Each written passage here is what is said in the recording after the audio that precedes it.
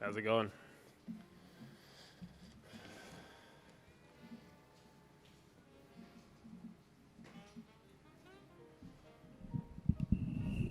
Might hold on to that actually. Yeah, it's working. So I wanted to talk about why compassion fails, because I don't think of myself as a particularly compassionate person. And I thought about what it would feel like to say that on stage, and it sort of, it feels probably about as bad as I thought it would actually, because it's, because you're meant to be compassionate. It's one of these things that seems self-evident that you should be compassionate. So why do we have trouble being compassionate? Why does it fail? And I'm not particularly moved by the notion of compassion, and I don't think it's a particularly powerful tool when it comes to trying to achieve political change. And this might come as some surprise because I'm mostly known for these two poster projects. But I don't think that these two poster projects have very much to do with compassion. And I actually think that's one of the reasons why they were successful. So maybe we should start by having a look at some of the conventional wisdom around compassion via a quick Google search. So the first thing you might notice is that the sunset motif is quite popular for some reason. I'm not sure what to make of that. But what I really wanted to draw attention to is just how sort of patronizing and condescending some of these images are. There are lots of images of adults being nice to children, adults being nice to dogs, animals in general. And there are quotes about why compassion doesn't make you weak. It's almost enough to make you suspicious. If you weren't thinking compassion makes you weak, you'd suddenly think, does compassion make me weak? Why is the Dalai Lama trying to convince me otherwise? But hopefully you can see the problem here. What this suggests is that it's easy to be compassionate when you are powerful and not under threat. And that's when you really need to be compassionate the most. That's when it's hardest to be compassionate. Because when you try to be compassionate for a problem that evokes fear, it doesn't work. Because the first thing you see is the first thing that people see is a threat to themselves. So instead you have to use images like this.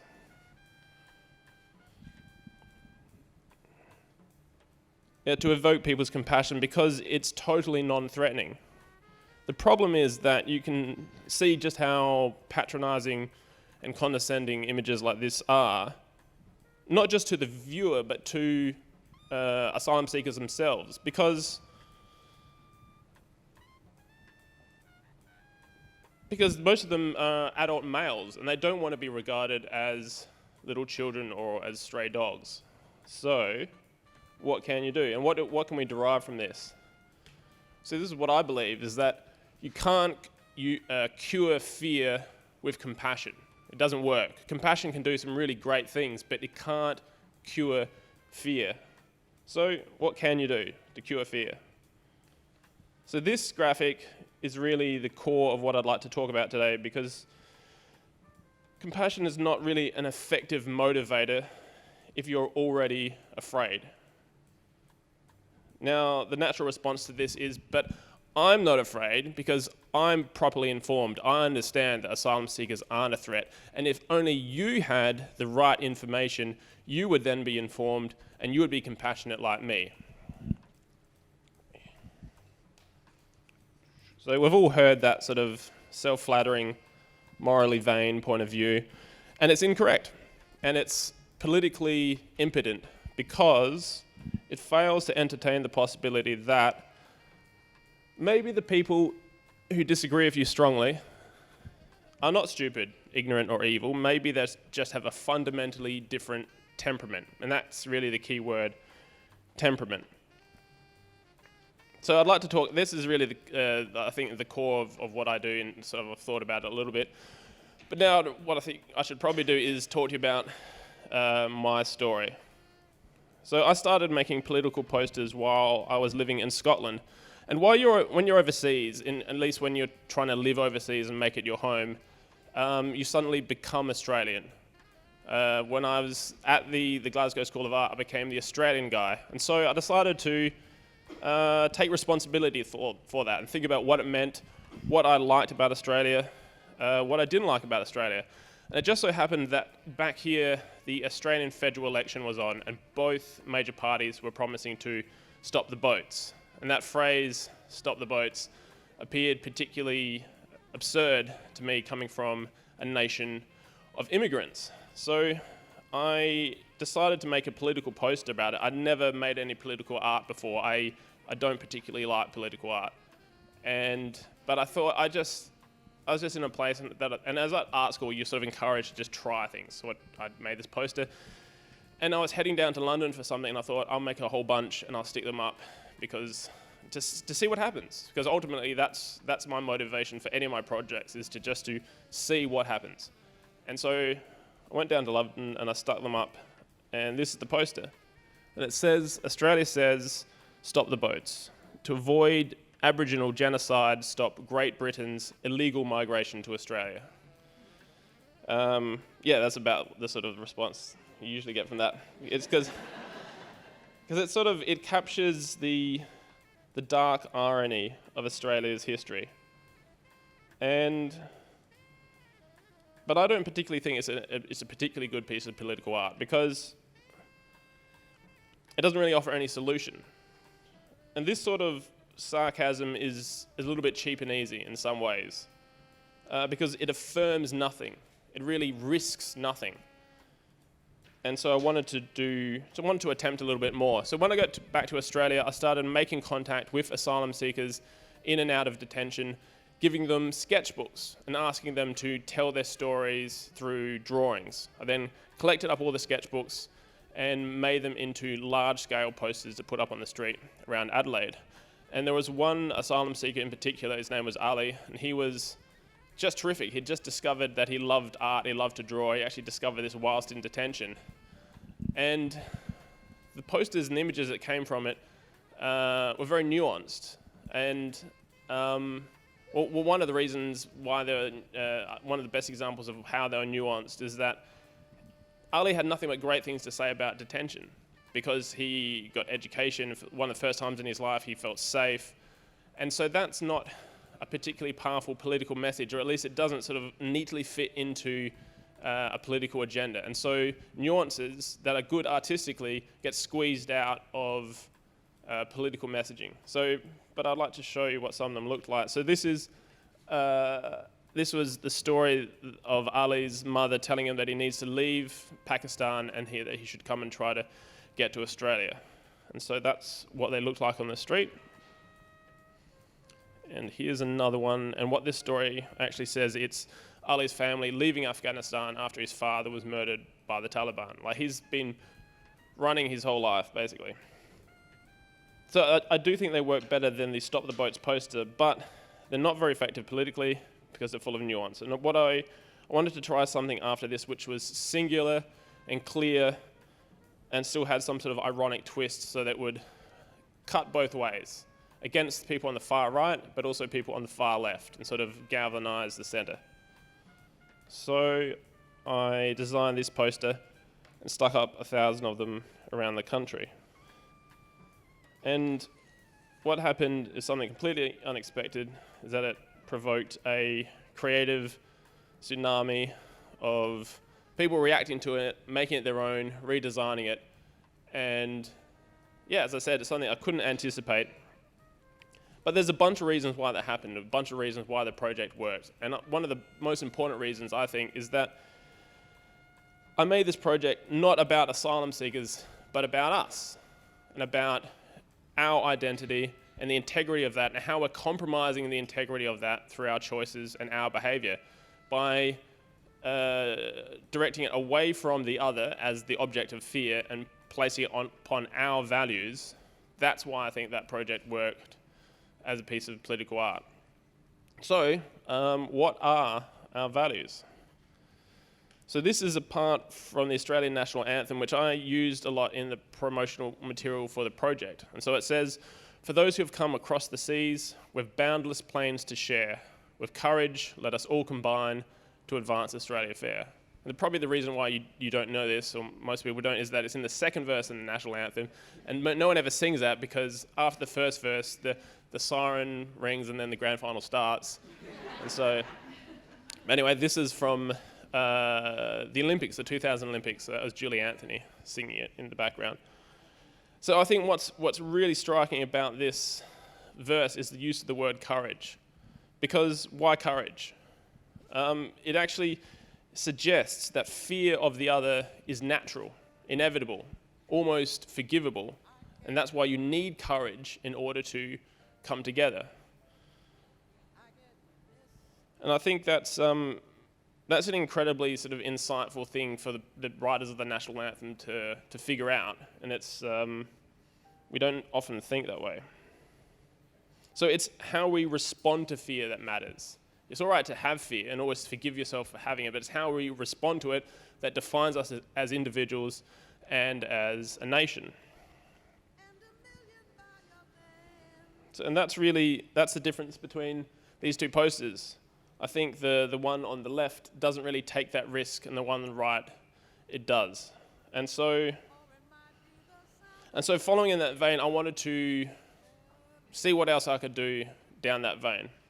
So I went to the Australian National Archive and started looking at applications for exemption to the White Australia policy. So in this National Australian Archive, there are thousands of these exemption papers and amazing photographs that demonstrate the diversity of Australia 100 years ago. And I struck upon these photographs of Monga Khan.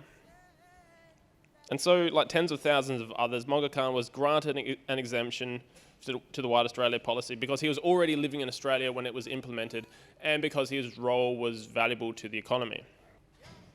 I just picked him because his photo looked particularly heroic and proud. And I thought, think about this guy's courage, because he chose, you get the exemption papers because you want to leave, go back to your homeland, but you want to come back to Australia. And so consider the courage of someone who wants to come back here to a place that has just implemented a law whereby you're not welcome, and it's only because of your race, and it's only by a special exemption that you get to come back. So I thought I would rather identify with his courage than the cowardice of the people who wrote the White Australia policy. And so I made this poster and stuck up 1,000 of them around the country.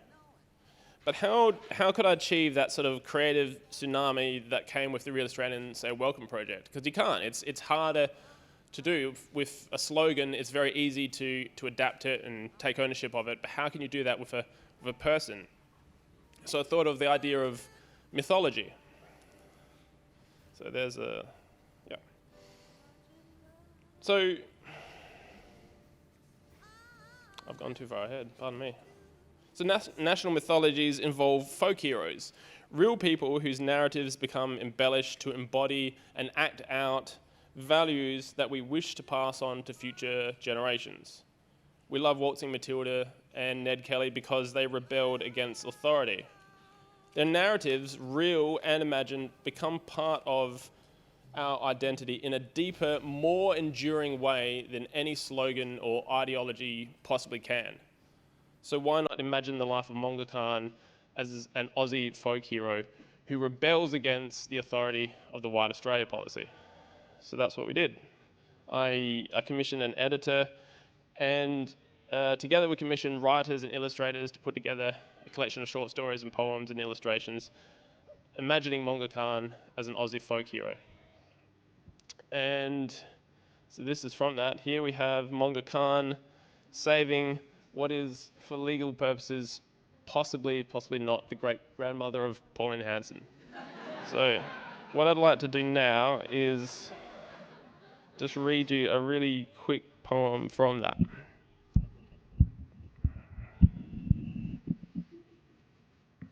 So this is Monga Khan.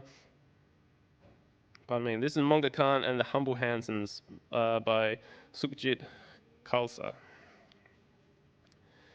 Sukhjit's a really talented sort of spoken word artist, but she writes great poems. The hawkers of Toowoomba followed the aroma of the billy can bubbling to boil, brewing buckets of black tea for the attendees as this meeting was about to proceed. Sorry, I can't pronounce that. It's Singh, isn't it? Sorry. Dev Singh, gnawing on his dry damper crumbs falling into his tousled beard, closed his eyes and wailed, "I miss my wife, I miss my wife's Mackie Roti and Sarg. I miss her singing in Rag. As I pedal my horse on my cart, Punjab's where I left my heart." The men snorted to laughter retorted. The sugar cane cutter, Karam, hushed the crew. "He's new to this land, give him time and a hand. Remember what it was like for you too." Gunda Singh belched as if to agree. "I'm sick of the snarl of the Brits. Beaten to the bone, this policy of white man's is horrendous. The gory politicians want us to go home. They roar of injustice galore. Back of the hand, the sideways stare, the full-on glare, the brownie, blackie, mocking, cocky, the difference between us and them. I've got a name, it's Singh. They say, I'm a lion, ma'am, not a boy." Then another name gets dropped. Monga Khan could raise their faces to joy. What would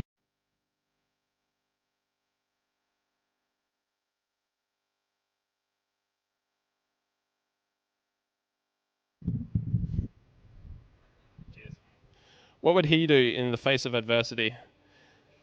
How did he become a legend from the bush to the city? The fellows start singing the songs of Monga, that hawker and hard worker, more handsome, gentle, kinder man, a helper, never a shirker. Wasn't he the one who delivered a camel's baby? I heard he wrestled a black-headed python. But the time he saved that handsome child from drowning, that's a story worth remembering. The boys leaned in and cupped an ear, sipping tea but silent, needing again to hear of Monga, brave and defiant. So the Hansons were a humble family, so the story's told. Had come out here on boat, of course, when the littlest was not old. If they saw something crook or cruel, Mr. Hanson said, "Please explain." "My heritage was mixed," he said, "but that doesn't matter because now we're strayin'." When headlines shouted "Yellow Peril," the little Hansons would stand to attest. Wasn't Aunt Peggy an Eastern Feral, which is why we loved her the best? They crossed paths with great Monga on a toasty day in March. Mrs. was frying Hanson's favourite, a batch of fish and chips packed with starch. Which is funny because Pauline Hanson used to run a fish and chip shop. She stooped to serve the fillet batter. She noticed their little one gone. "Our Bonnie," she cried, 'cause it was a screaming matter. "She's gone, she's gone, she's gone." To the river they ran, all the water arising like hearts, a-pounding with muscle. Never did they imagine losing their daughter to the rapids of the River Russell. Not a soul to witness Bonnie's gasping for breath a little way down the line, until Monga entered to do a dance with death, caught her in the nick of time. He'd learnt how to swim in the rivers much faster, Himalayan and icy and wide. When those streams hit the plains of the Indian range, his father threw him in from the side. Now his brown hairy hand held that little pink dress, not a thought for himself in behaviour.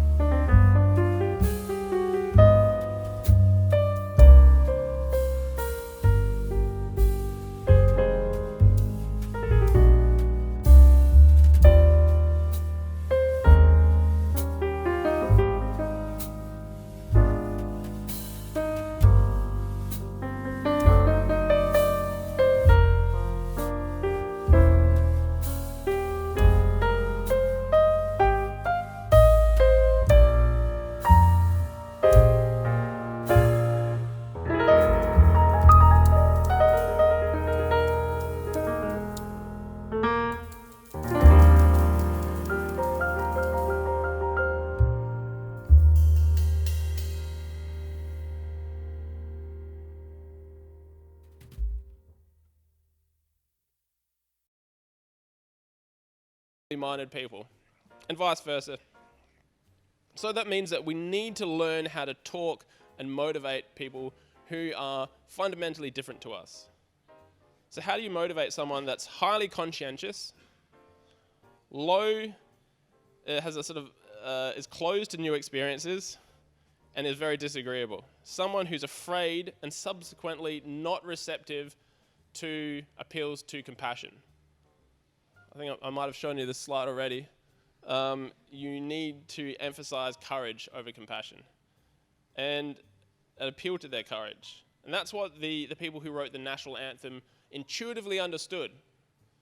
And that's ultimately what this is about also. Thanks very much.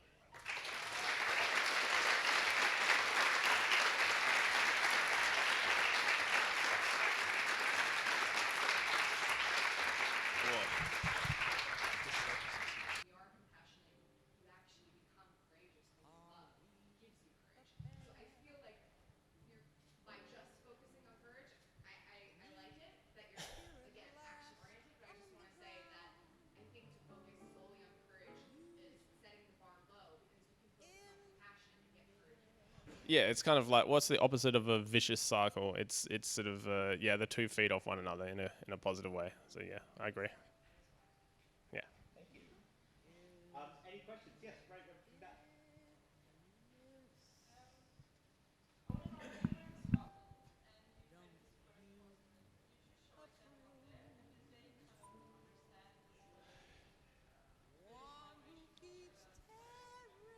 Yeah, no, well, actually, I've got an interesting story about that. I think most people got it because in London, I mean, not only there's a lot of Australian people living there, they understood, they'd heard the phrase "stop the boats." So yeah, it got a good response in that way. But I remember the night I was sticking them up, and there was a guy there who was who I ran into on the street, who was sort of West Indian descent, and he goes, what are these posters to stop the boat? And I thought he was going to be sort of confrontational because maybe he hadn't sort of read the whole thing and saw the irony in it. And I said, oh, I'm from Australia. Elections on, they're promising to stop the boats. They want to sort of stop that from happening. And he said to me, oh, that's good. Yeah, you want to keep the country pure. And he wasn't joking, and I just thought, whoa, this is a lot more complicated than it appears at first sight. So I knew then that it was something I could be interested in for a while. So Yes, right here.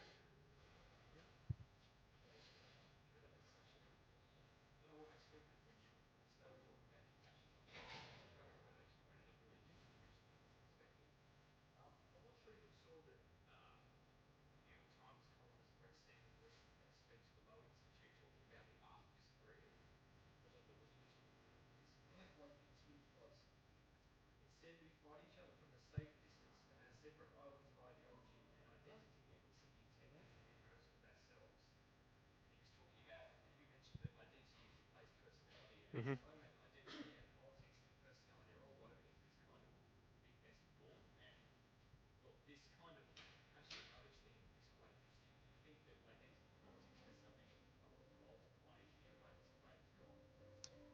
yeah, absolutely.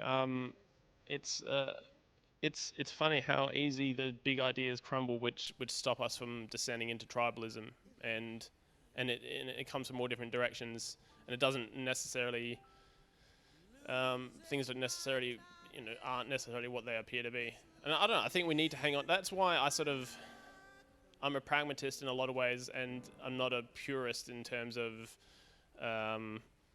being ideologically correct. I mean, obviously, nationalism is a form of tribalism. It's just a sophisticated form of tribalism. But I think sometimes you need whatever works in order to stop people from falling apart into smaller and smaller groups. And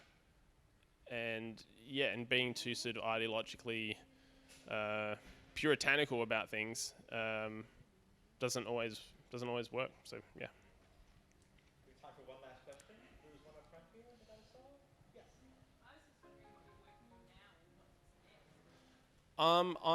I mean, I'm in the middle of putting up posters now. There's a segment of this of the poster projects which is about Aboriginal land, which I'm working on at the moment and sticking them up. But that's really my thoughts on it haven't really settled yet and so I didn't particularly want to make it a part of this. It doesn't fit as neatly into it as well. But ultimately I've got a new project in mind which has got nothing to do with nationalism, because I think you don't want to get stuck into I'm interested in other things other than just national identity, and you don't want to get stuck into it. I feel like I'm starting to feel like I've said enough about that, and I don't want to say something different. So yeah. And you brought some books with you. Are you selling those at all? Yeah. No. If anyone wants one of these, I'm going to be selling them for $10. So yeah, and they're great. There's lots of illustrations and I have to apologise for I'm not a very good reader. And not out loud, so but the book is good. And where can people find out more about you online or on social media? You can just follow me on social media. It's pretty easy to find me, and so Peter Drew Arts is what it's generally called on the internets. Awesome. So, yeah. Let's give another hand for Peter. Thank you so Thanks much. a lot.